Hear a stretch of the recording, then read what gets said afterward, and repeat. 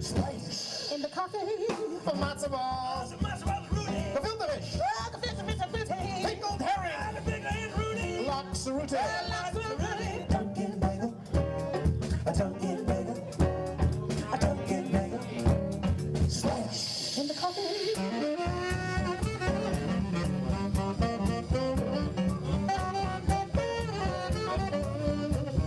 The world has become a much more self-interested place, but Cornelia Street remains a place where people are interested in each other.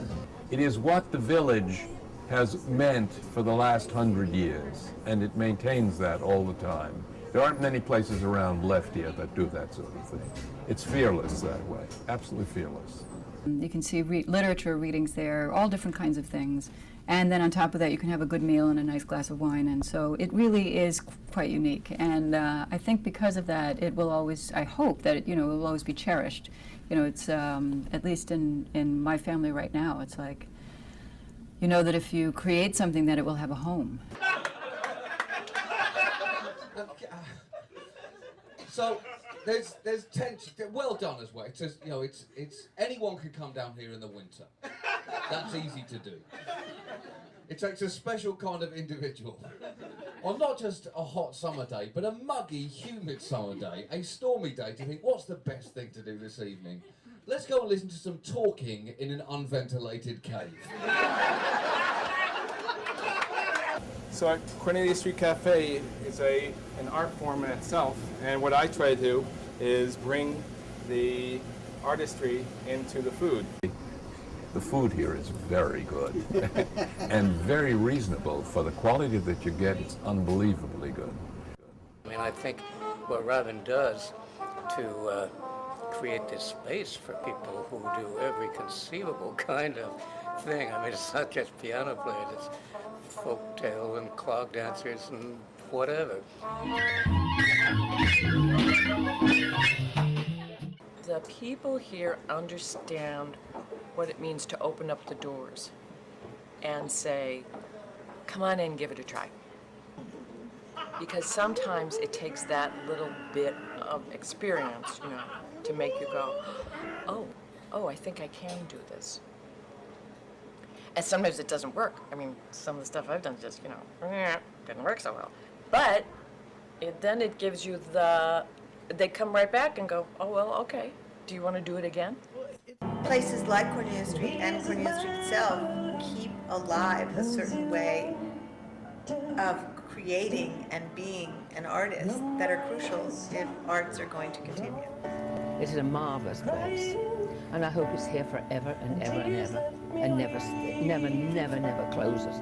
Your love and devotion gives me a reason to be. Being so close to the person that you're performing that you're not sure if you're them or they're you, and you become one entity, is very good for mental health.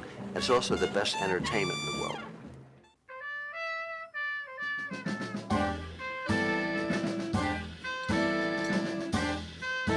Cornelia Street figures very prominently in my development as a New York musician. I'd say it's semi-underground. It's more true to the spirit of music making. That's where the heart comes in, I think. So you have to make a decision to present some very good music all the time. I'd say it's the best jazz club in New York City. I really love this place. I wish there were more places like this.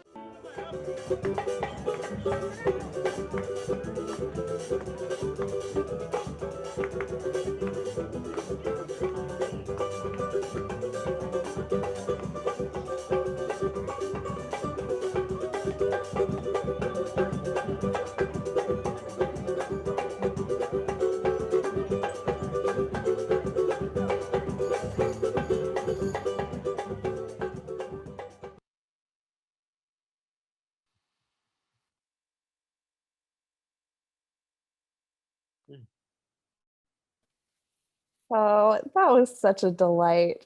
Mm-hmm. Can I take this off now? Are people watching already? You definitely can, but it's a very important fashion statement for our times, for sure. Yes, yes. All right, I'm gonna kick us off, everyone. Thank you so very much for being here. My name is Arielle Cates. I'm the Director of Programming at Village Preservation. Just a little bit about Village Preservation. We have been documenting, celebrating, and fighting for the preservation of Greenwich Village, the East Village, and NoHo since 1980. We work to expand and extend landmark and zoning protections and stop inappropriate development, while also encouraging appropriate development in our neighborhoods. We host roughly 75 programs a year, all of which are now virtual and most of which are free and open to the public. Our events are meant to illuminate the cultural and architectural heritage, history, and depth, and the value of preservation in our communities. We are a nonprofit membership-based organization, so your involvement and support mean the world to us. You can learn more at our website, villagepreservation.org, and please consider becoming a member or making a donation if you're able at villagepreservation.org/donate. So I'm going to start doing something new today and moving forward, which is a land acknowledgement. We call our home the village, which is also unceded traditional land of the Lenape people. I want to acknowledge in this archival recording the Lenape community and especially their elders past and present, and express gratitude for their stewardship of this land, for contributing to its geography, and for the use of their language as place names. If you want to find out more about this, please reach out. I'm glad to share resources with you. So just a quick bit of Zoom protocol. Please feel free, as you have done already, to use the chat to say hi and tell us where you're joining from, or to raise any issues or thoughts. But if you have questions specifically for Robin, please do use the Q&A function. It just helps me to keep track of all of your questions. And you can submit those at any point during the talk. We'll get to as many as we can. So I am very pleased to introduce tonight's speaker, who I'm sure for most of you needs absolutely no introduction. Robin Hirsch is a former Oxford, Fulbright, and English-speaking Union scholar who has taught, published, acted, directed, and produced on both sides of the Atlantic. But the titles of which he is proudest were self-bestowed: the Minister of Culture, Wine Czar, and Dean of Faculty at the Cornelia Street Cafe, which he founded with 2 other artists in 1977, and which 10 years later, the city of New York proclaimed a culinary as well as a cultural landmark. And Robin, you're going to tell us so many more things about the Cornelia Street Cafe. So take us away. Okay, well, I guess I should take my mask off. Hello, Arielle. It's lovely to see you. It was lovely to see Gordon Skinner's little movie about the cafe, which grows, I think, with time and obviously with the history of having closed. It's very interesting because I remember he filmed for a long time, and the goal obviously was to make an actual movie, I think you call it in this country.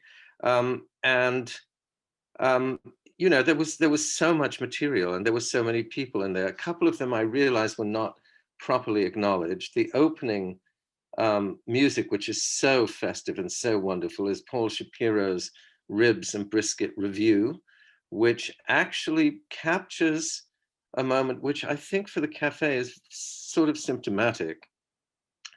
It captures that moment where I used to describe it as 52nd Street meets the Borscht Belt, where Black jazz musicians who used to go up to the Catskills, to Jewish clubs and perform in the summer, they would be inspired by the comedians there and the Yiddish that was going on, and they would take some of these songs, and you had, I think, Cab Calloway and various other people singing in Yiddish when they got back to New York. So what Paul brilliantly did was to resurrect those wonderful moments with extraordinary singers. There was Scylla Owens there, and so on and so forth. Anyhow, it's you know, I'm very much aware that today, in addition to being you know, Cornelia Street and the Village It's also Holocaust Remembrance Day. And at a certain point, I'm going to read a story about somebody, a wonderful person who lived across the street from the cafe and whom some of you will know. I should also say, there was an English poet, humorous poet called A.P. Herbert, known to his friends as Sir Alan Herbert, because I think he was knighted maybe by this queen or before her, but he was a witty, very witty writer. He was sort of the Ogden Nash, I guess, of England. And he used to say, "Don't stop me if you've heard this one." And the idea really was that stories are worth hearing again, and poems certainly are, mostly because they tend to shape, however small, a little fragment of human experience, which is worth perhaps holding in one's hand and looking at from different sides. So some of you who were habitués at the cafe will have heard one or more of the stories that we do today, in which case, don't stop me if you've heard this one. So what do you think, Arielle? Should we begin? Absolutely. It's lovely. It's lovely to see you. It's very sad not to see the hundreds of people out there. But we will, I'm going to bring up my little manuscript on the screen and hope that I can read it and that you will be able to see me through it. Oh yes, we Yes? can definitely see you, and Okay. I'm gonna give you the full stage, but call me back in whenever you're ready to chat. Call you back in. Yeah, just say, "Hey Arielle, come back." It'll be Okay, great. well, don't go away. Okay. So there is a book that has been in the works for several centuries now called The Whole World Passes Through, Stories from the Cornelia Street Cafe. Some of you know a memoir which I wrote, I realize it's over 25 years ago, every word of which was first read at the cafe, and it's called Last Dance, or in this country, Last Dance, at the Hotel Kempinski. So what this book really is, I mean, that was certainly the first large part of my life. And what I think of, you know, with the cafe, which really became home, not just for me, I think, but for a whole wide and rich and deep community of artists of every shape and size and genre. So it's really what happens to a wandering Jew when he finally stands still and opens the doors. And in fact, the whole world passes through. Now, I'm going to read this story, which is called Stanley, and then it's very, very short, and some of you will know it, but I will say a couple of things about it, maybe, or Arielle may ask me a couple of things about it. Here we go. Stanley. One night, a man I knew as Stanley, tall, elegant, tanned, trim, dressed in an expensive sport coat and an open-necked shirt, white-haired, clean-shaven, a former American tennis champion who now made his home in Kenya, remarked to me over our little espresso bar, "You know, there's a place like this in Nairobi. You never know who's going to be there. You just know when you walk in that somebody's going to be there. Someone you know from a former life, a different continent, another galaxy, a pal, an acquaintance, a lover, a movie star, someone you know, or someone you knew, or someone you don't know yet, but you will, someone you may spend the night with, carousing, or the rest of your life. And you go away and you come back 100 times, 1,000 times, and it's always the same. But if you stick around, which maybe a handful of people do, sooner or later, the whole world passes through." I told this story to my friend Howard once in London, and he said, "Oh yes, I know that place." Stanley would show up intermittently, passing through from Africa on his way to some Masters tournament in Florida or Hawaii or Mexico or on Long Island. He invariably had on his arm a woman of a certain age. a different woman each time, not interchangeable by any means, but with certain attributes one had come to expect: elegant, tanned, not so trim, expensively dressed, wonderfully coiffured, with just enough jewelry, perfume, and joie de vivre to make the air around her moist with anticipation. There was an ease and buoyancy about Stanley and his serial companions, which was contagious. I always felt the cafe elevated by their presence.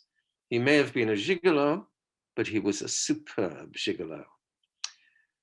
I haven't seen Stanley in more than 30, well, probably 40 years, but he could walk in tomorrow, put an elbow on the bar, which is a real bar now, and say, "So Robin, how's it been? Have you met my friend?" And he would turn his head and extend his arm and step discreetly aside. And over the bar would glide a gloved hand and a bare arm attached to a beautiful, if no longer youthful, shoulder. And above the shoulder would be a choker with a single large stone caught at the throat. And above the throat, a handsome face of a certain age. And the face, unknown and yet somehow familiar, would burst into a brilliant smile, and eyes of a certain age would look at me appraisingly, and a voice aged in oak barrels, distilled with cigarette smoke and many complicated affairs of the heart, would murmur, "Finally, I've heard so much about you." Or that's what I imagine. And Stanley would say, "You know, there's a bar like this in Nairobi. If you stick around long enough, sooner or later."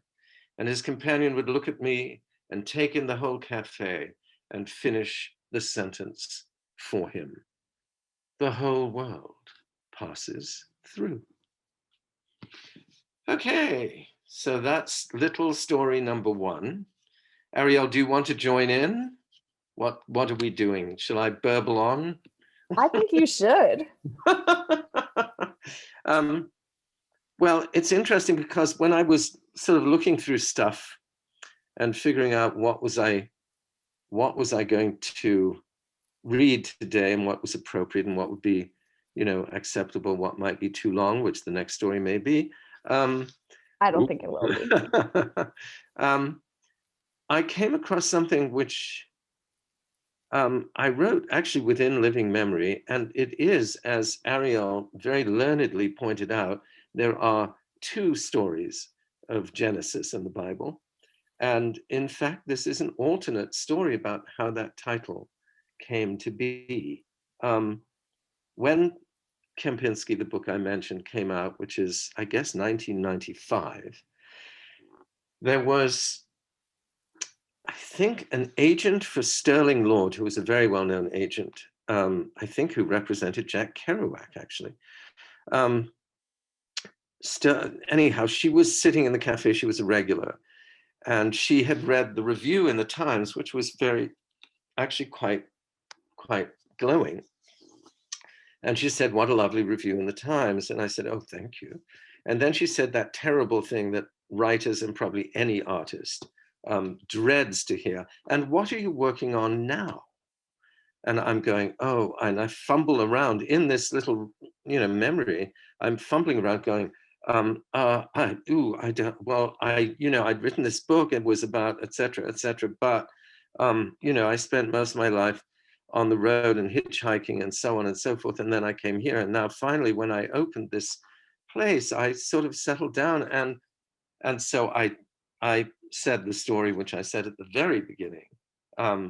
What happens to a wandering Jew when he finally stands still and opens the doors? The whole world passes through. And she says, great title. So it's conceivable that either she gave me the title or I gave myself the title, but eventually I put it in the mouth of Stanley, who may or may not have been Stanley. Now, there's so many things. I was trained as a historian, and as a result, sort of attention to detail and to what one laughably refers to as facts is important to me, but every story has a shape. And I mean, certainly if you look at Shakespeare and some of his or her sources, sorry, that's another story which I'm not going to read today, but there is a long story called Shakespeare about a bum that I scraped out of the doorway at the cafe, who actually, we had a huge 2-hour discussion about Shakespeare.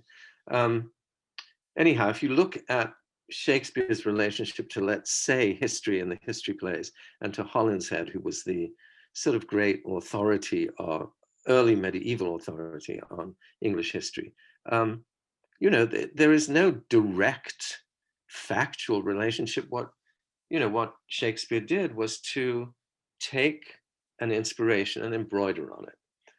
Anyhow, be that all as it may, stories take a shape, and in this case, Stanley, it's very funny because Howard, whom I mentioned, an old friend of mine, Howard Jacobs, I was at school with, we sat next to each other at St. Paul's in England. And I really did think that he had said to me at one point, oh yes, I know that place.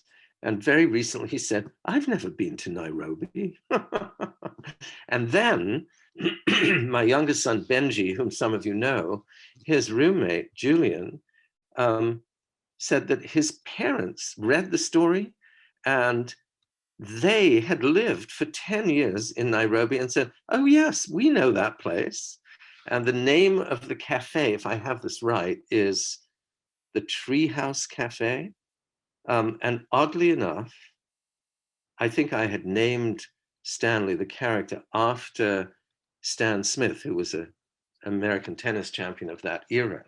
And so I just picked that name out of the hat. But the hotel in which the Treehouse Cafe, the Thorn Tree Cafe. I kept a tab open when you told me about it before. So good. Oh, thank you. Here to help. The Thorn Tree Cafe, but it is in the Hotel Stanley. So it is so weird. This is just really a warning to anybody who hopes to be a fact checker, which obviously Arielle is very good at. But stories obviously emerge, and they take their inspiration from some little moment, and then obviously one embroiders. So shall I do the longer story? Yes, please. You sure? Yes. Okay, I've got to find it now. I'm scrolling through. So I said today is Holocaust Memorial Day, and this is a story also from very early on in the cafe. It's called Lutka, and you will see who she is. And sorry, I'm just scrolling through to find her. Here she is. Okay. Anyhow, Lutka, you'll see when I say this, I would like to use this story as an observation or a way of observing or paying tribute to Holocaust Memorial Day. It's my family's story too. And certainly, as you will see, it was Lutka's story. So this story is called Lutka.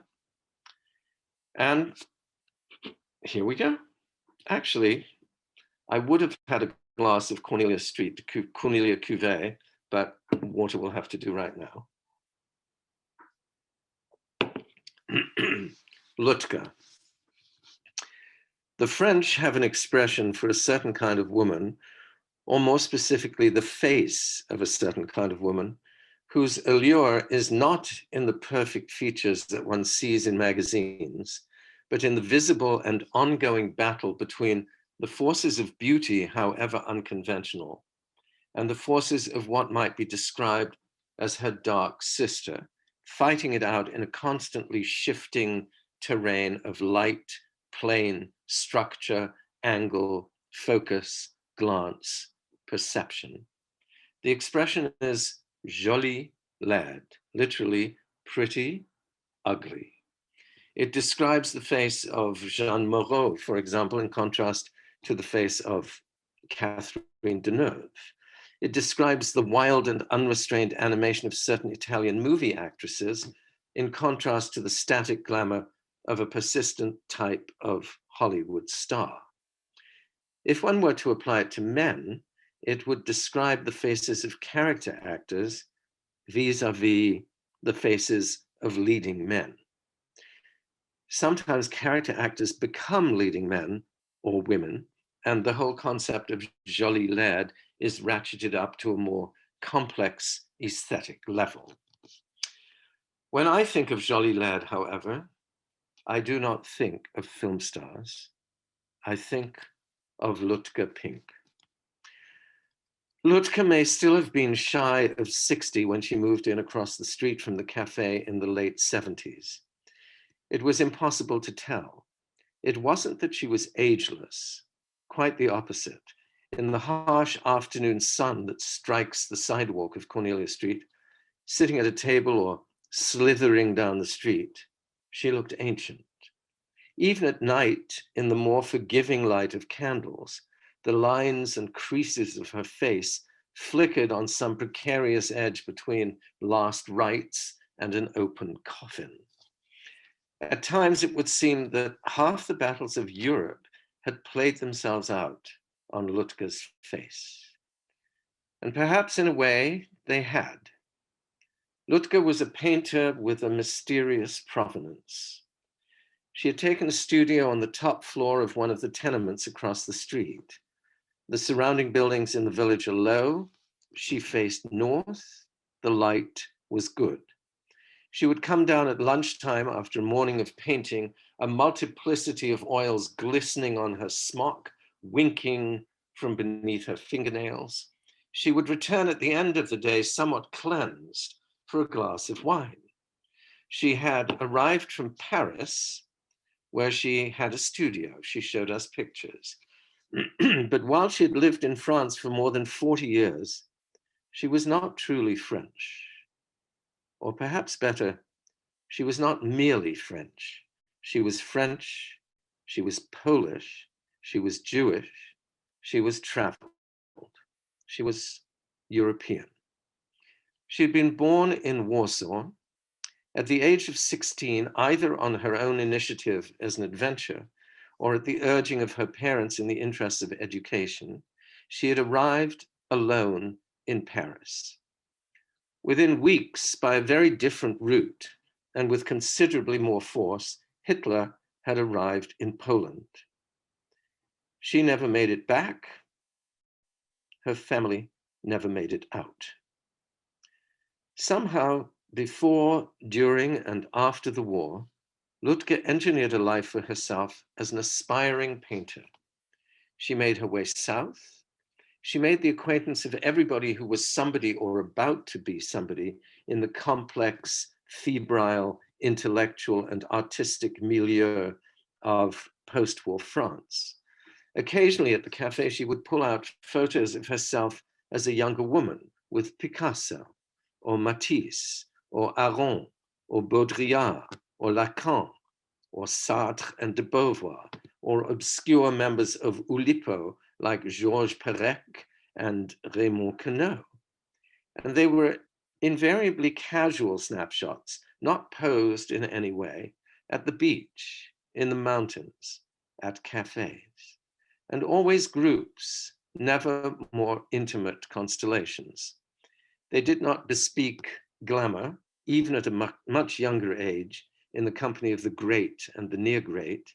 They bespoke acceptance, a more seductive thing perhaps for a young woman displaced, uprooted, with untold losses, still weighing the nuances of her own identity, still working out the lineaments of her own desires, still applying brushstrokes to the complex portrait that would become her face. Perhaps because New York is a city of immigrants, of transients, of people constantly reinventing themselves, Perhaps because the three of us who started the cafe came from different countries, different backgrounds, different walks of life. Perhaps because the cafe had become associated with the arts and with a kind of ever-shifting intellectual life, Lutka felt immediately at home. It was the at home of someone who travels light, who carries much of her luggage in her head, who knows that at any moment she may have to move on, and who is determined as a result to make the most of what the here and now has to offer. And the here and now of New York in the late 70s had a great deal to offer. It was pulling itself out of a recession. It was almost affordable. It was the modern Byzantium, a crossroads where all the trade routes met, where Buddhists and bankers, anarchists and fundamentalists, intellectuals and psychotics rushed and stumbled past each other, barely pausing long enough to figure out who was who. So Lutka found herself at society teas on Park Avenue, with Sid Vicious and Nancy at the Chelsea Hotel, at museum openings uptown and gallery happenings downtown, in frame shops and green markets and bodegas and discount houses and Bergdorf Goodman. And late at night, as the cafe was closing, decked in her finest costume jewelry, she would attach herself to the crowd making its way uptown to Studio 54 to dance and drink the remainder of the night away. And as often as not, when the place was full and the three-headed bouncer at the velvet rope was making his selections, the party he would beckon over would be not the glamorous mini-skirted girls bearing abreast in his direction, nor the caballeros with the thin moustaches and the tight leather pants, but the motley passel which had as their mascot the vibrant crone with the rasping voice and the crooked teeth and the smeared lipstick and the strange chapeau and the face that in repose looked like the death mask of Buster Keaton. The cafe was still only one room. I know this because Lutka was present when I made my first solo outing as a writer. I remember her vividly. Performances at this time took place at the little L-shaped espresso bar. Performers sat on a stool facing out towards the door and a small sea of upturned faces. Behind me on the short side of the L, which dead-ended into the wall, there was room for two stools. On the one closest to me sat Lutka Pink. I could not see her, but as soon as I opened my mouth, I knew she was there. For the entire reading, with great enthusiasm and considerable panache, she rattled her jewelry in my ear. After it was over, and people came over to effuse, as people are wont to do at such events, with great enthusiasm and considerable panache, she listened in. I had read a piece called Mitzvah Boy, which elaborated on some of the idiosyncrasies of growing up as the son of German Jews in post-war London. How long did it take you to write it? Someone wanted to know. A week, I replied. A week? Someone repeated incredulously. Well, I said there was an opening on the schedule and I put myself on. As Dr. Johnson so aptly put it, nothing concentrates the mind like a hanging in the morning. Except perhaps, I thought, the rattling of jewelry. Lutka jumped right in. Darling, she said to my interlocutor, do not be so surprised. People, when I paint their portraits, ask me, how can I charge so much money? It only takes 2 hours. No, I say not 2 hours, all my life plus 2 hours. At the cafe, we gave Lutka her first American one-woman show, portraits of New Yorkers painted in her new studio, and prime among them, portraits of the three of us. I found a cheap way of mounting her pictures, stiff masonite backing, clips, glass, and no frame. She was delighted. She had for years bemoaned the way in which conventional frames crowded out the pictures. Now they seem to float by themselves, strong, fierce, individual, unconstrained. Later, museum curators, art advisors, gallery owners would upgrade me, a terrible thing to do to oil paintings, ruinous. But from then on, that was how Lutka framed all her paintings till the day she died. On opening night, of course, we had a party. Somewhere around midnight, Rip Keller showed up, and an hour or two later, giddy with drink and congratulations, the last celebrants tumbled out onto Cornelia Street and for an hour and a half danced in three-quarter time to the plaintive, joyful wailing of his accordion. If ever there was an instrument to which the term joli laide could be applied, surely it is the accordion.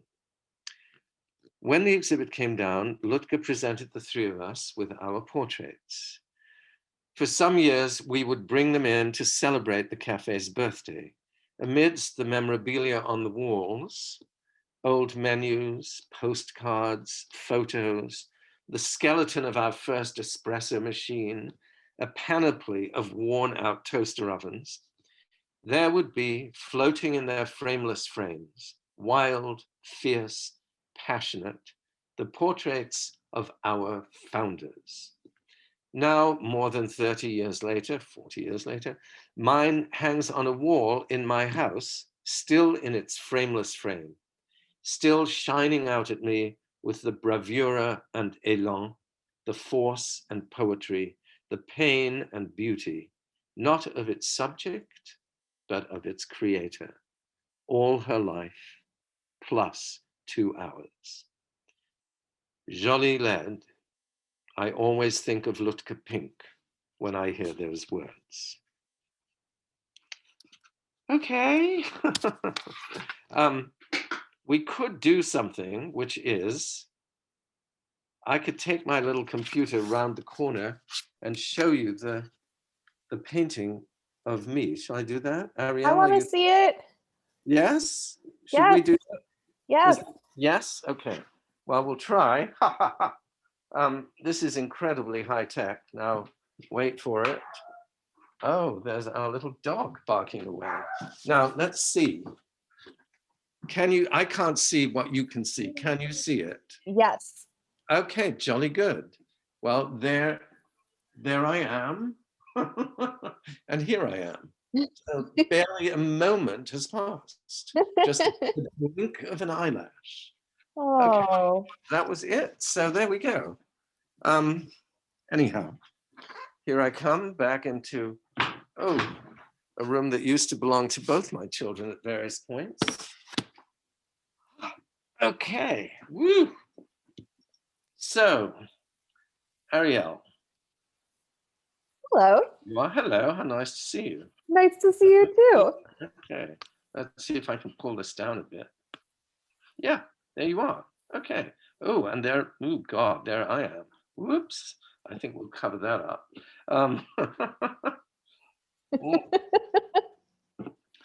So, well, I mean, you know, it's interesting. I mean, do you have some questions? Does anybody have questions? I can't see what people are writing, if they are writing anything, but you can, I'm sure. Well, we've got a bravo. That's nice. Oh, one bravo. Well, we've got several. We've got several. Let's see. Well, I have some questions. I mean, given that we are here with Village Preservation, I feel like, you know, it behooves me to ask you about the village itself, about the neighborhood, what drew you to it, what started Cornelia Street in the village, what was there that made the neighborhood feel like the right place to do that. Can you tell us a little bit about that? That presupposes there was any kind of plan. I mean, the whole thing was completely improvised. In fact, my friend Charles, whom, if there are any people from the early days tuning in, the three of us, Charles and his then girlfriend and later wife, Rafaela, and me, and Charles and I had been actors together for two years in a very, well, I think tedious might be a word, production of a play, which in those days, I mean, this was the era, you know, sort of in the wake of the open theater and of Richard Schechner and so on and so forth. So we spent 2 years evolving a story based on the Abraham and the lineage which sprang from his loins, which is, like Genesis, 2 lineages. He has 2 sons. He has Isaac, the progenitor of all Jewry, and Ishmael, the progenitor of all Islam. And I was Ishmael, and Charles, Irish-American actor, was Isaac, the progenitor of all Jewry. So we had crawled through the desert on our bellies for 2 years, trying to figure out what on earth we were doing. So we were brothers. We literally were brothers, and we were actors, and there's a certain closeness that happens in the theater. And anyhow, after that, we went off into different things, and I directed a play in which he was supposed to be, and then he dropped out for the usual financial reasons, namely no money. And then one of our mutual friends who'd been in that production sort of either called me up or bumped into me and said, "You'll never believe what Charles is up to." And I said, "What?" "He's opening a cafe in the village." And I said, "Oh God, that's preposterous." So I called him up and said, "What's this nonsense I hear about you opening a cafe?" And he said, "Oh, no, it's not going to happen." And he sounded actually very upset. And his friends, he had friends who were Greek, who, this being New York, owned the Hungarian pastry shop, which was very well known, way uptown opposite the cathedral. Still is. The Cathedral of St. John the Divine. And they were going to go in on this teeny little project with him. And this would be a way of bringing Hungarian pastries to the village. But they'd pulled out and so on and so forth. So I was going to England a couple of days later, and I said, "Charles, you sound really depressed. Do you want to come over and talk about it?"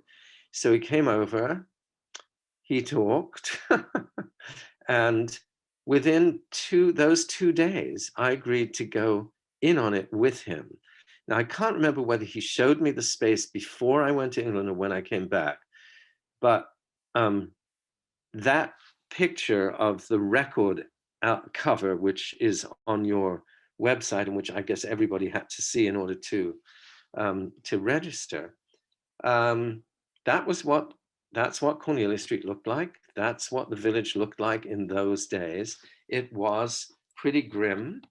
As I think I alluded to with Lutka, it was coming out of a depression, really. And so the notion of this, and when Charles took me to see the space, and I think I had agreed to go in on it, and Rafaela had agreed, and each of us had to come up with $2,500 because the Greeks, or the Greek Hungarians, the Greeks, had pulled out. So, and we had 2 months building time, and he took me to see it, and it was unspeakable. So maybe it was that I agreed to go in on it before I saw it, because nobody in their right mind would have said yes, because the Con Ed had long ago cut off the electricity.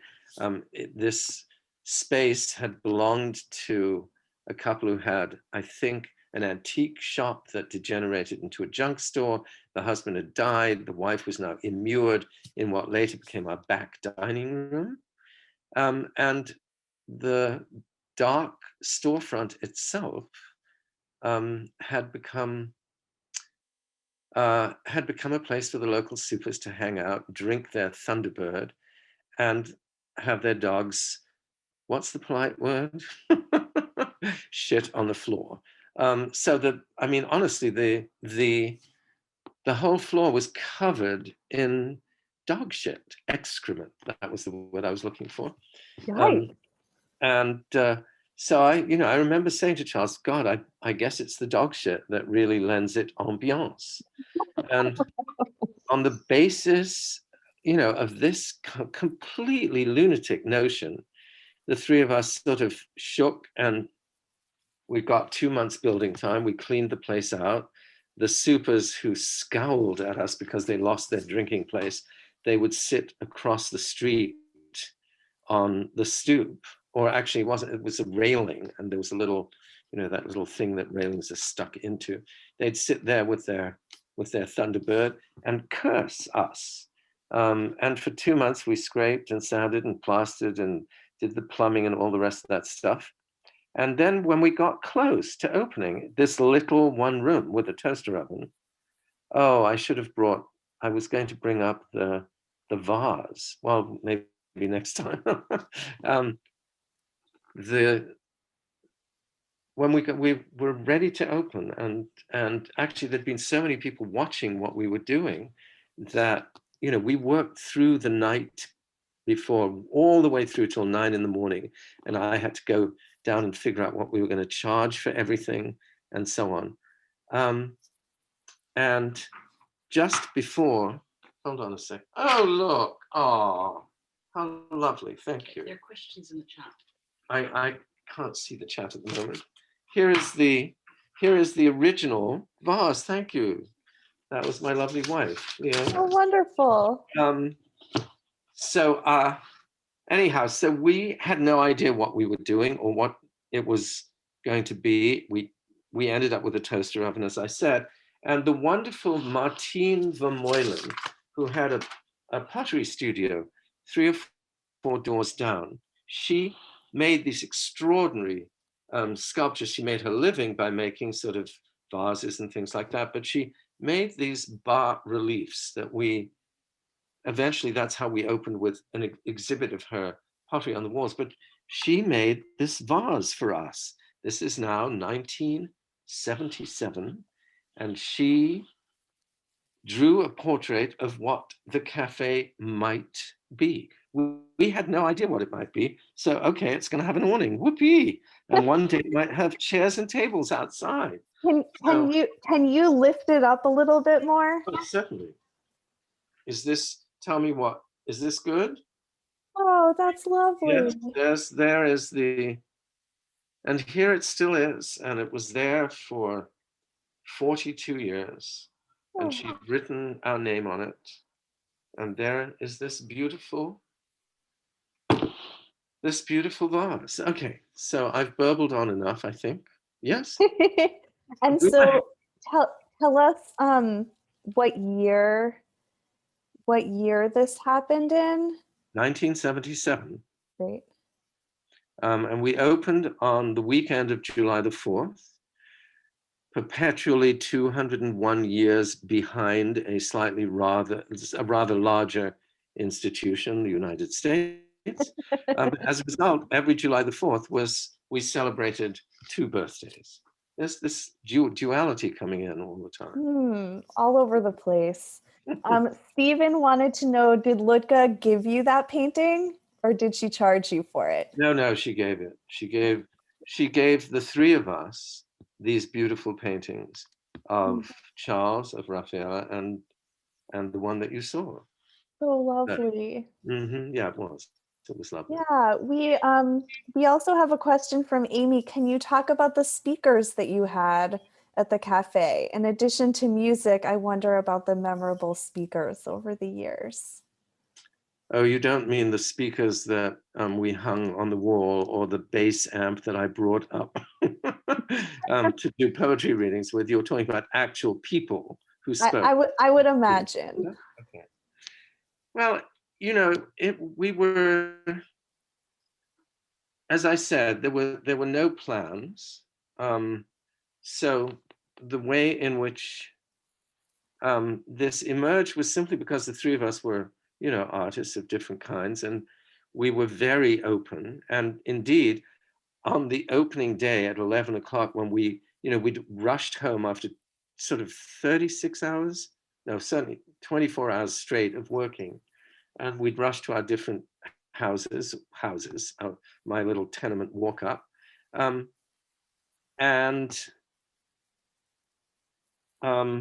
there was a point to this. Sorry, the speakers. Well, because, actually when I came back at 11 o'clock, Charles, I was there, I guess, a little bit late because I was trying to work out that, that logo. Charles and Raffaella had opened and there had been a long line outside the door and there was no menu. So Charles and Raffaella were really pissed off at me for being late. And I come in with, this thing, and we hadn't, I'd had to decide what we were going to charge for everything. But anyhow, because we were artists, other artists just sort of congregated and flew in and so on and so forth. And there was you want to know about speakers as opposed to music. We were doing poetry, we were doing all kinds of things. I remember Martin Steingesser, who was a puppeteer and a poet, and who worked with Ralph Lee and his puppet group that's now up in Vermont. Martin did some puppetry and poetry. We did Carolyn Simon's extraordinary, wonderful clown and flute player, led a group of stilt walkers outside on the street, literally from almost the beginning, and played the flute and so on and so forth. But inside, yes, we did poetry, people were reading. Somebody just called me up, Patrick Riley called me up, having moved here from England maybe 30 years ago, saying that very, very early on, more than 40 years ago, he'd approached me about doing a James Joyce program. And I said, sure. So oddly enough, that wasn't the only James Joyce program we did in the early years. I remember another one. And then it sort of grew. One of the stories, which I'm not going to inflict on you, but some of you may be old enough to remember Eugene McCarthy, Senator Eugene McCarthy, the good Senator McCarthy. Anyhow, one day there was, I'm hoping I'm getting the names right, Cedring Fox, who was a young actress who lived down the street, said to me, oh, I see you're doing poetry at the cafe. My mother is a poet. Do you think she could read maybe? And I said, sure, have her come in. Well, she lives in Amagansett. So I said, okay, next time she's in town. Anyhow, one day this glamorous woman of a certain age comes in and says, my daughter said I should introduce myself. And we chatted and I said, well, generally I like to have two people read at the same time. Is there anybody you'd like to read with? And without missing a beat, she said, Eugene McCarthy. And I said, wait a second, are we talking about the same Eugene McCarthy? Senator Eugene McCarthy, who had challenged LBJ for the presidential nomination in '68, I guess.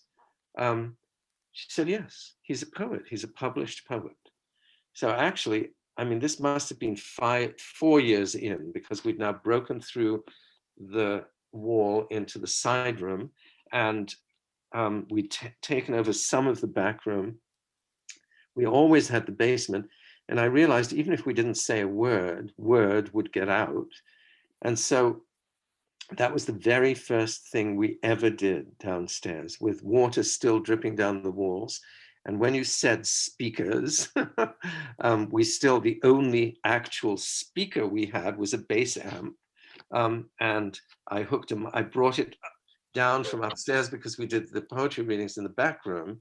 And now we were going to do this first reading downstairs, and I brought the bass amp down and hooked a microphone in and plugged it in to a light socket in the ceiling.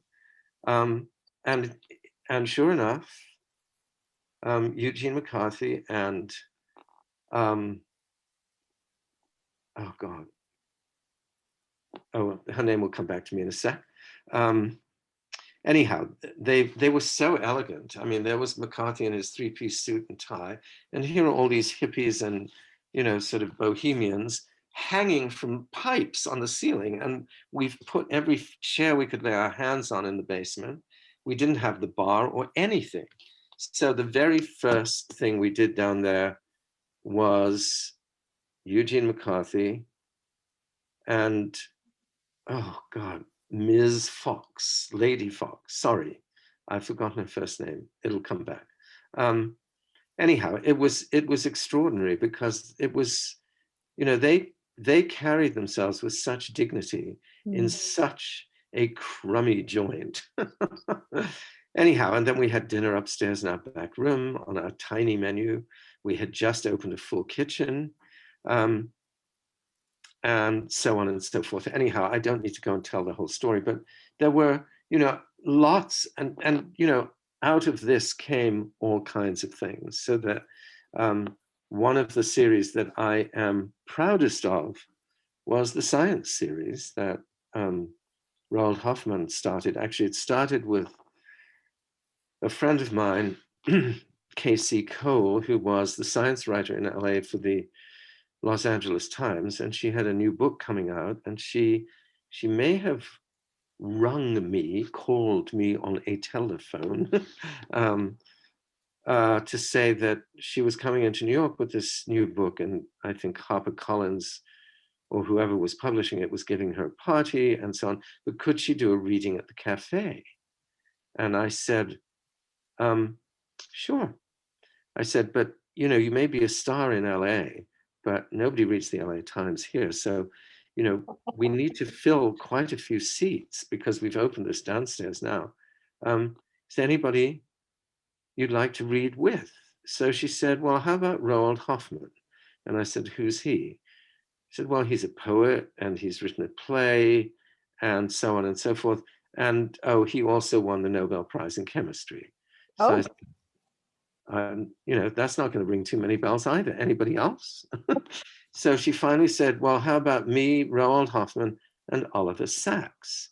Now, Oliver Sacks I knew for all kinds of reasons. He had gone to the same school that I mentioned before, St. Paul's in England, the same school as me, a few years ahead of me. And I had done a couple of his plays not by him, but inspired by his work. Some of you may know the film Awakenings, which was based on his book Awakenings.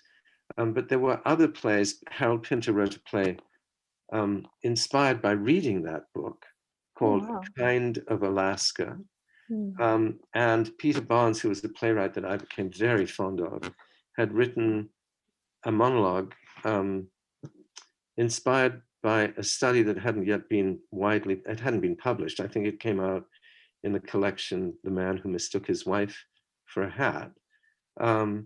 It was about a Tourette. And so I did those two plays uptown. And I managed to get hold of Oliver Sacks, whom I'd never met and didn't know anything about, and asked if he would come and perhaps, you know, see these plays and, you know, if people had questions. He said he would come and could he bring a friend and so on. And he's very, very shy. And here it was, I was playing drummer, who is the Tourette, whose tics and twitches and Tourette's manifests itself in all kinds of tics and twitches and foul language that comes out.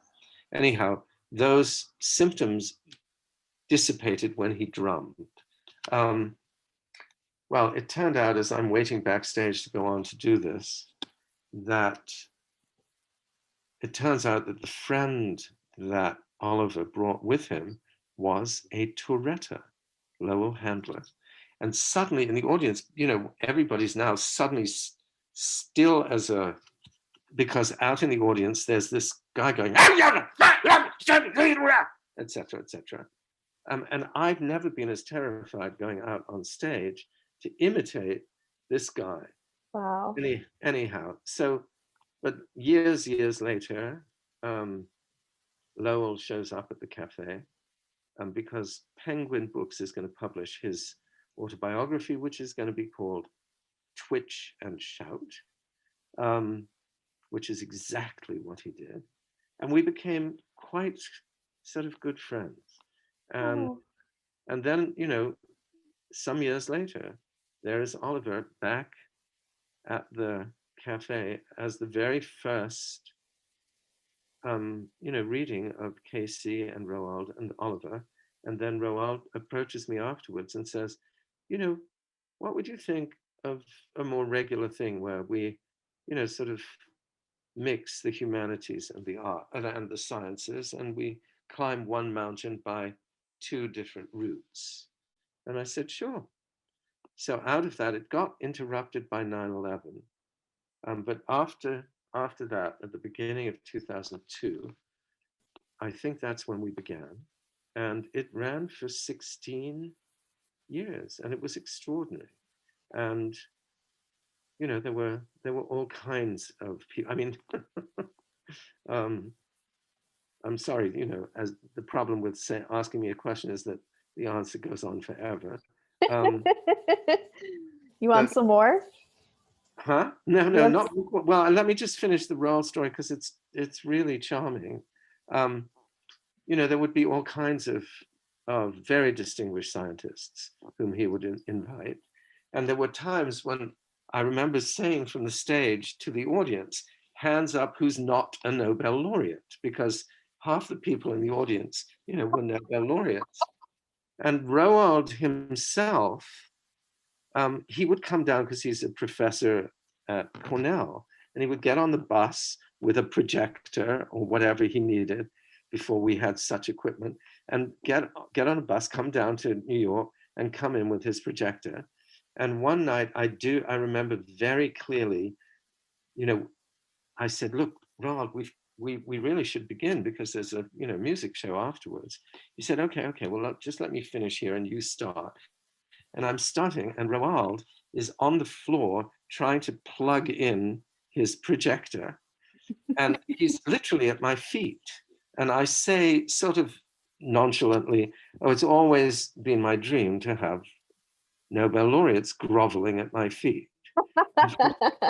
From then on, every first Sunday of the month, we would begin by me getting up, and he would say, assuming the position, and he would grovel at my feet. So anyhow, wow, lots and lots of stories and lots of speakers, and eventually a more sophisticated sound system.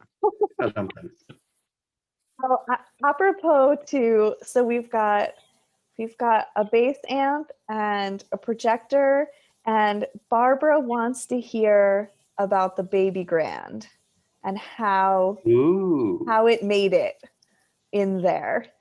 That's a very good question. We had an upright Yamaha, I think. And if you watch that little film of Gordon's, there's a moment on the street with 4 grand pianos. And that was one of the things that Jed Disler brilliantly did for making Jed music. is here. Hi, Jed. Jed, hello, Jed. Woohoo! I can't see a soul, so I don't really know who's there. But Jed did some extraordinary things, and this was one of the things on the street that we collectively did. He was the inspiration. And this was a piece for 4 grand pianos. And at one point, now I have to remember how this happened. I think he did a series at the cafe, the Composers Collaborative, of which he was the presiding genius. And one of the brilliant things that he did, we eventually ended up having 2 Guinness World Records, one for the longest ever solo piano performance, and one which lasted 53 hours in the basement. Amazing. I won't bore you with that story. But the other one was... So many hours. The other one was Jed. Jed said, look, we're going to break the record. for the largest number of keyboards played at one time. I said, what is it? Well, we've got to get up to something like 150. I said, well, we're gonna have to do that on the street. So indeed, Jed organized this incredible thing with some very famous pianists, some nobodies, even me, who was dragooned to fiddle at one keyboard. Casio, I think, donated, 150 something keyboards. We did break the world record. And afterwards, these keyboards were donated by Jed and us to New York City public schools to start music programs. Oh, that's so amazing. Well, so there was always Oh, that. and Jed says that Philip Glass was there.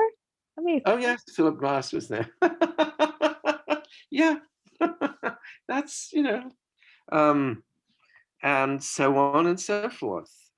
Anyhow, Jed, the reason Jed comes into this is that he decided to lend us his baby grand piano. Now, I think he became a Steinway artist, and I think eventually they gave him a much bigger piano.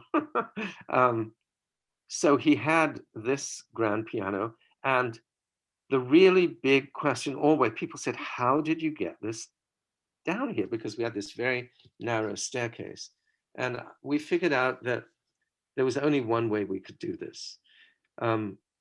That was to take the legs off the piano, to have piano movers tilt it on its side, to bring it through the front door, through the building, down what is essentially a fire escape, and in through a side door in the basement. And brilliantly it worked. And then we set it up. And from then on, for many years until the end, Jed's piano was the piano on which all kinds of people played. Oh, so amazing. Well, thank you, Jed. Oh my God. So Jed now hosts a classical music program on a radio station that he's going to have to write out and tell you. Oh yes, please do. That's wonderful. I have a question from, Stephen wants to know what became of the piano. It went back to Jed, I believe, didn't it? At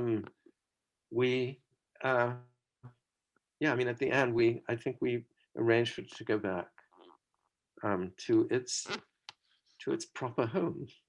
And Jed, I'll link to this for everyone, but Jed says it's WWFM and the show is called Between the Keys. So I will find that for everyone, and I'll put it along with a bunch of other links in our follow-up email. So keep an eye out for that, which will include the recording of this evening's talk. Oh. So I think we probably have time for just a couple more questions. I've got one from Liz in London, who wonders if you can talk a bit about the success of the vagina monologues from which you did not benefit. Ooh, Liz in London. I'm scratching my head going, wait a second. Well, first of all, not my vagina. Secondly, Eve Ansley, whom you also saw, and I think she was uncredited in Gordon's film. We were all part of actor writers who were writing shows and trying to figure out, how could we possibly get up on stage or get anybody to do anything. And Eve did a number of shows at the cafe. The one before Vagina Monologues, I think she trained as a sociologist, and she did a lot of very serious, in-depth interviewing of different populations. And the show before this was about soldiers in the Kuwait War, and soldiers were, at least in America, referred to as Dicks generally. So the show was called Dicks in the Desert. And the wonderful thing that I remember, and I even have a card that I could probably lay my hands on, when we finally did it as a festival, or when I used to put down at the bottom of the specials menu what was going on downstairs. And that show ended up, and I think it was the guy who designed the flyer for the little festival of 5 one-person shows. It came out as, wait for it, Dicks in the Desert. Now that takes specials to a new level. Anyhow, Oh, no. yeah, I'm afraid so. Well, now vagina, and who would have thought? But the obvious follow-up to that would be the vagina monologues. So she had interviewed lots of people, and I remember her, stepping out downstairs on the stage with this, collection of monologues, which she read, and they were alternately funny, shocking, engaging, and so on and so forth. And, as with most things, we thought, that was, that was kind of interesting, as was Dicks in the Desert or Dessert. Nobody thought, oh God, this is going to be something. But she told me later that she was in London a few months later, and she did it at one of the pubs that was the sort of London equivalent of off Broadway, maybe the King's Head.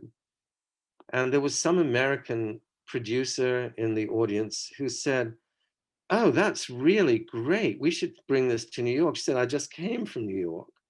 And somehow, either he or he and others decided to bring it to New York, and brilliantly, because it works very well as stuff that's read. It ran for years and years and years. It ran actually in one of the theaters that I worked in, the Chelsea Theater, I think downstairs.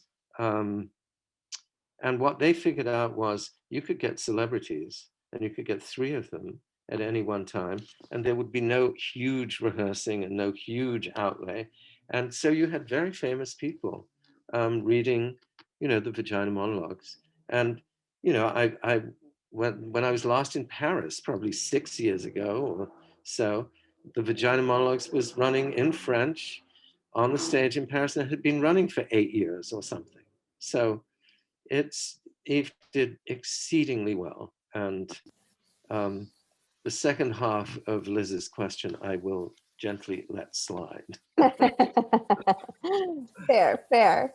Okay, a really quick question from Anne, which is incredibly specific.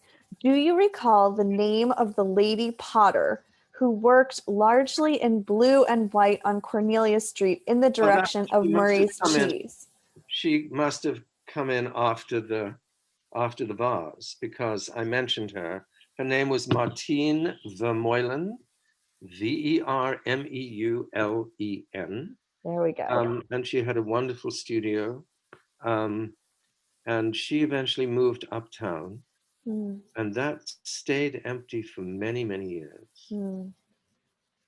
Wonderful, wonderful, wonderful potter, wonderful person. So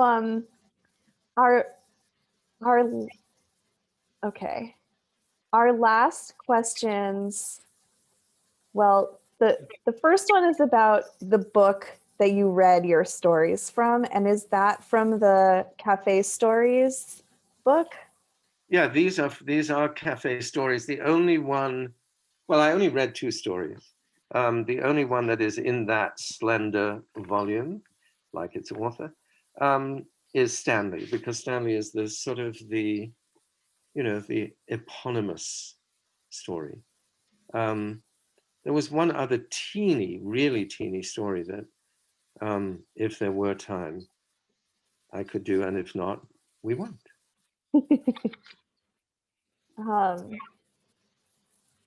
I was gonna try to look and see.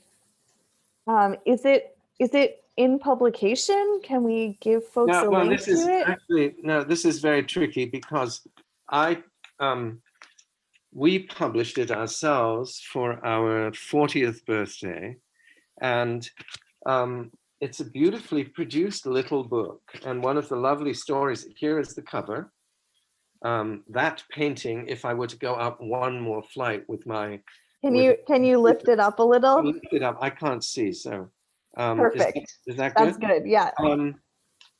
Anyhow, this lovely painting is the cover, and I was putting it together, and Michael Lydon, who's a wonderful songwriter, is also a writer and helped actually put the book together for publication and printing. And so we published it in about maybe a month before our birthday, as we're figuring out how this is going to look. A book arrives in the mail called "I'll Have a Cappuccino, Please, the Cornelia Street Cafe Drawings." And these were drawings by an artist called Pat Preble, who had lived, I think, next door to the cafe, hung out in the very early days, and sketched almost all the time. And it couldn't have been more appropriate. Here, is this the right height? Yeah, it's good. That's good. I wrote her a note and said, this is so fortuitous and so beautiful. I'm stealing some of these for this little book. So here is this little book, which is really volume 1. And there's at least 5 times as much for Encyclopedia Cornelia, which someday perhaps will come out. Yes, there is this book, and yes, it was printed at Barnes & Noble. It was very expensive to do. And then a painter called Robert Sanadella, who, there was a movie about him that we were premiering, I think, at the cafe. We showed it at the cafe. It may not have been the premiere. And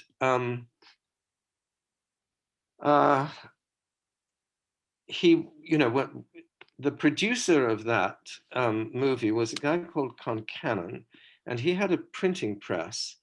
And after the first 100 books sold out, I think Robert said, let me talk to Jim, I think it's Jim Concannon, and see if we can print some more. And they did it twice, and they didn't charge me. I mean, it's extraordinary. So wow. Unfortunately, I'm down to the last few, and I have to find some, since Concannon Press is not currently operational, but they did a phenomenal job, much better than Barnes & Noble. And there are a few. So in case, they do exist. Great, thanks. And our last question comes from multiple people, all of whom are asking about the future of the Cornelia Street Cafe, what you're working on now, what's next, will Cornelia Street live physically again, etc. Well, as I've said, and I probably had this in one of the emails from Cornelia Street in Exile, one learns certain things from, this was obviously a very difficult thing. The closure was not something it was not something I wanted at all. And I came away with certain very simple lessons or mantras. One is closing a business in New York much harder than opening one. And 2, before mourning, the act of actual mourning, paperwork. So I have been doing 2 years worth of paperwork. I mean, much of the Cornelia Street paperwork is sort of coming to an end, except there is certainly a book which it would be lovely to find a publisher for. And will there be a physical manifestation of Cornelia Street again? Well, I guess we're all wondering the same thing. The irony, the biggest irony of all, of course, was that, what my last words from the stage were, to congratulate everybody, all the audience and all the performers, that between us we had created an incredible community. And it was a community which I said no virtual community could ever replace. And 14 months later, every restaurant, every performance space in New York closes. Mm. And so we were weirdly ahead of the curve. And indeed, here we are, a virtual cafe up in cyberspace. And Sarah Montague, who may be out there somewhere, is going to produce a podcast called Cornelia Street in Exile. And maybe we, I'm talking to somebody else about perhaps doing a sort of thing like this, only where I just read the cafe stories rather than burble on interminably. I can read interminably. It's a big question mark. I'm not as young as I was when we opened. I will certainly not venture into any kind of agreement with the vile landlords who forced us out and who are now asking 50% or less in rent than what they were extorting from us. Wow. Etc. So do you have time for a teeny, it's literally 2-minute story? Yeah, we've had a couple of requests for another story, and I know you had planned on reading 01, so I thought that could be a nice way to close out. Are we simpatico on this? You're right. It's Great. a very nice way to close, I think. Great. Okay, 01. One early evening in July, our lovely host, I can't quite remember which one, but all our hosts are lovely, called down to the office and said, "There's a woman at 01. O stands for outside, and 01 is the first table on the left if you're facing out from the bar room, who says she was here 17 years ago and she would like to speak to you." I am a sucker for these kinds of moments, so of course I came up. At 01 were 3 people, a mother, a father, and what I assumed was a daughter. I introduced myself and the mother asked me how long I'd been here. I said that this month we were celebrating our 24th birthday and that I had been here since the day we were born, indeed from the moment of conception. I detected an accent. "Where are you from?" "From Germany." "Oh, I taught in Germany 100 years ago." "Oh, really? Where?" "In the Ruhr at the Ruhr-Universität Bochum in the first year it opened, 1965. I understand it's quite large now." "Ach, my sympathies. Yes, it is huge now, but it is no more beautiful. May I present my husband? How do you do? And my daughter? How do you do? She is about to go to university, but in Heidelberg, I'm glad to say, not in Bochum. And what brings you here?" "Well, to America we come on holiday, but to your cafe we come for a quite specific reason." "Yes?" "I was here at this table 17 years ago. I was alone. My husband stayed home with our son who was a baby. It was a beautiful day. I remember it very clearly. I was pregnant and I sat here at this table and it was such a perfect day and the light was just right this time of early evening and I was very content. And I said to myself, I will always remember this moment on this street, at this cafe, at this table. And I said to myself also, if this is a girl, I will call her Cornelia. And she extended her hand and said, "May I present you my daughter, Cornelia?"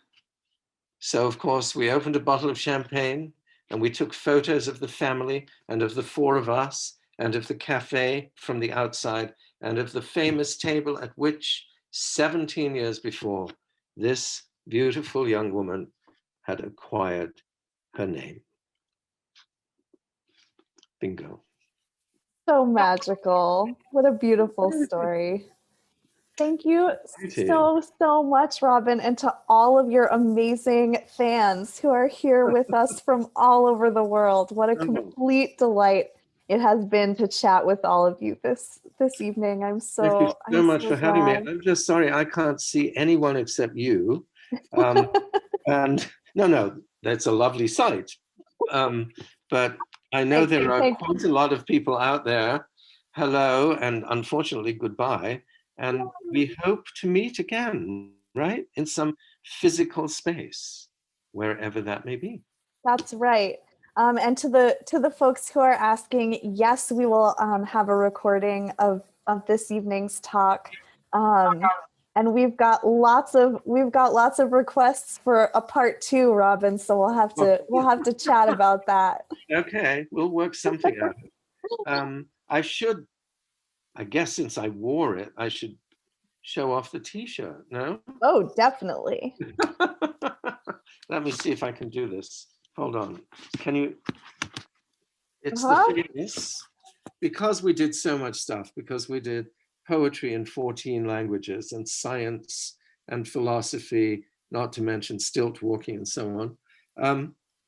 We created the Cornelia Street University. Can you see this? A little bit lower.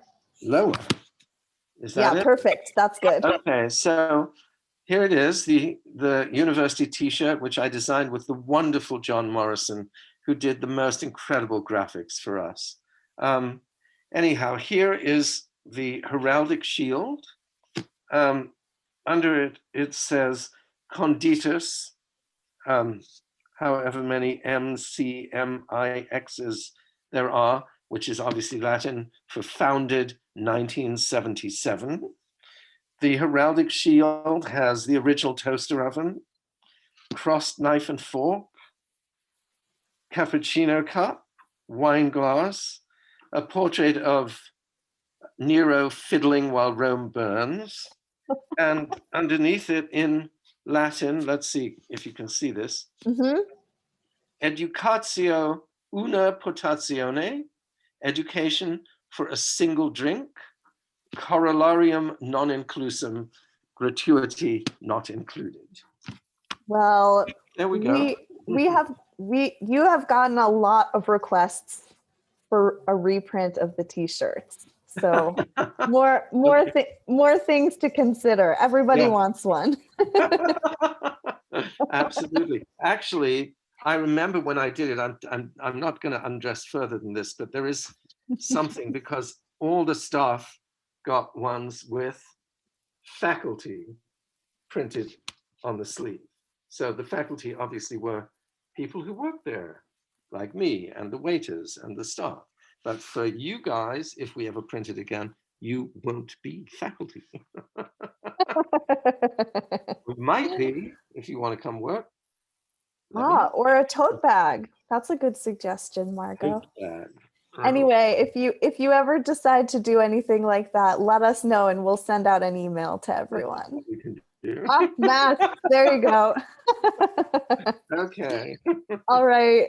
Thank you so much. Take care, Robin. Thank you so much. This has just been so wonderful. Oh, and we'll talk again soon. We certainly will. Okay, Yeah. and to all of you, I'm imagining out there, thank you all for tuning in. And don't forget the 1 drink minimum. Which should go to the Greenwich Village Historical Society for Historical Preservation. That's us. That's us. We got an award from you once upon a time. A village award. Yeah. Okay. Thanks so much. Well earned. All right. Take care, everyone. Have a good night. Okay. Lovely. And now all these things that people wrote and questioned, can I find them somewhere? I'm gonna send you everything. Okay. All right. Well, good. So now I have now I have the next few weeks cut out for me. Okay. After paperwork, computer work. There you go. There you go. Thank you so much. Okay.